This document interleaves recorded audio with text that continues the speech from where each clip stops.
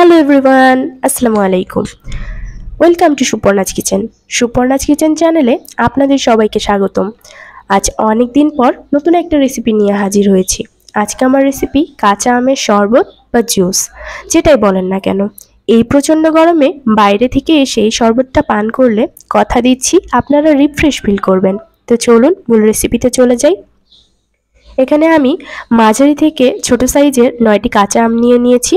আমগুলোকে ভালোভাবে ধুয়ে পিলিং করে নিয়েছি। এবার এই আমগুলোকে আমি কেটে নিচ্ছি।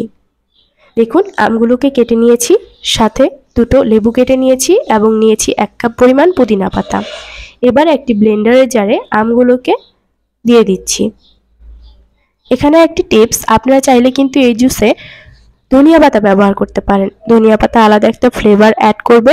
আমি দেইনি, আমার হাতের কাছে ছিল না, তাই দিয়ে দিচ্ছি কেটে রাখা পুদিনা পাতাটুকু, আর যে লেবুটুকু কেটে নিয়েছিলাম তার রস দিয়ে দিচ্ছি। এই মুহূর্তে দিয়ে দিচ্ছি 1/2 চা চামচ পরিমাণ লবণ।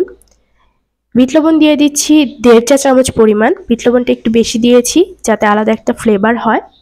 দিয়ে দিচ্ছি 1/2 কাপ পরিমাণ চিনি।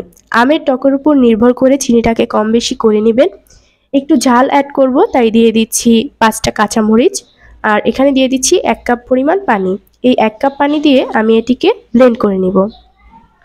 একটা কথা মনে রাখবেন, আমটাকে কিন্তু একেবারে পেস্ট করে ফেললে হবে না, একটু দানাদার রাখবেন, তাহলে যখন শরবতটা খাবেন তখন আমগুলো মুখে লাগবে, সেটা ভালো লাগবে।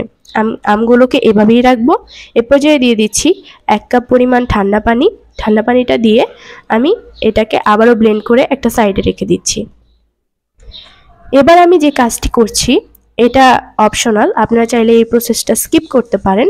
এটা আমি শুধুমাত্র করছি যাতে শরবতটা যখন পরিবেশন করা হবে সেটা যেন দেখতে সুন্দর লাগে, পরিবেশনটা যেন সুন্দর হয়, তার জন্য এই কাজটা করছি। এখানে আমি 1/2 চা চামচ পরিমাণ চিনি এবং 1 চিমটি পরিমাণ মরিচের গুঁড়া নিয়ে নিয়েছি। এবার আমি যেভাবে কাজটা করছি সেটা আপনাদের দেখেই বুঝে নিতে হবে কিভাবে আমি গ্লাসগুলোকে রেডি করছি পরিবেশন করার জন্য।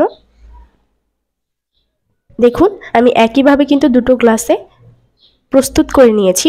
এবার এতে দিয়ে দিচ্ছি সেই জুস। দেখুন কতটা স্মুথ পেস্ট হয়েছে, এবং এটা দেখতে যতটা সুন্দর খেতেও কিন্তু ততটাই মজাদার এবং রিফ্রেশিং। পরিবেশন করার জন্য দুটো লেবুর স্লাইস দিয়ে দিচ্ছি। হ্যাঁ দেখুন আমার কাঁচা আমের শরবত কিন্তু রেডি টু সার্ভ। আপনারা চাইলে এভাবেই সার্ভ করতে পারেন। এটা দেখতে যতটা সুন্দর আকর্ষণীয়, এটা খেতেও কিন্তু ততটা রিফ্রেশিং, আপনার কলিজা ঠান্ডা করে দিবে এরকম একটা শরবত। এখানে একটা টিপস, আপনারা চাইলে কিন্তু এই শরবতে জিরার গুঁড়া ব্যবহার করতে পারেন। আমি এই আমের শরবতটাকে অথেন্টিক ফ্লেভারেই রাখতে চেয়েছি, তাই জিরার গুঁড়াটা ব্যবহার করিনি, আপনারা চাইলে ব্যবহার করতে পারেন। আর ভিডিওটি যদি ভালো লাগে তাহলে অবশ্যই চ্যানেলটি সাবস্ক্রাইব করতে ভুলবেন না, এবং লাইক, শেয়ার এবং কমেন্ট করতে ভুলবেন না। Stay safe, stay healthy. আল্লাহ হাফেজ।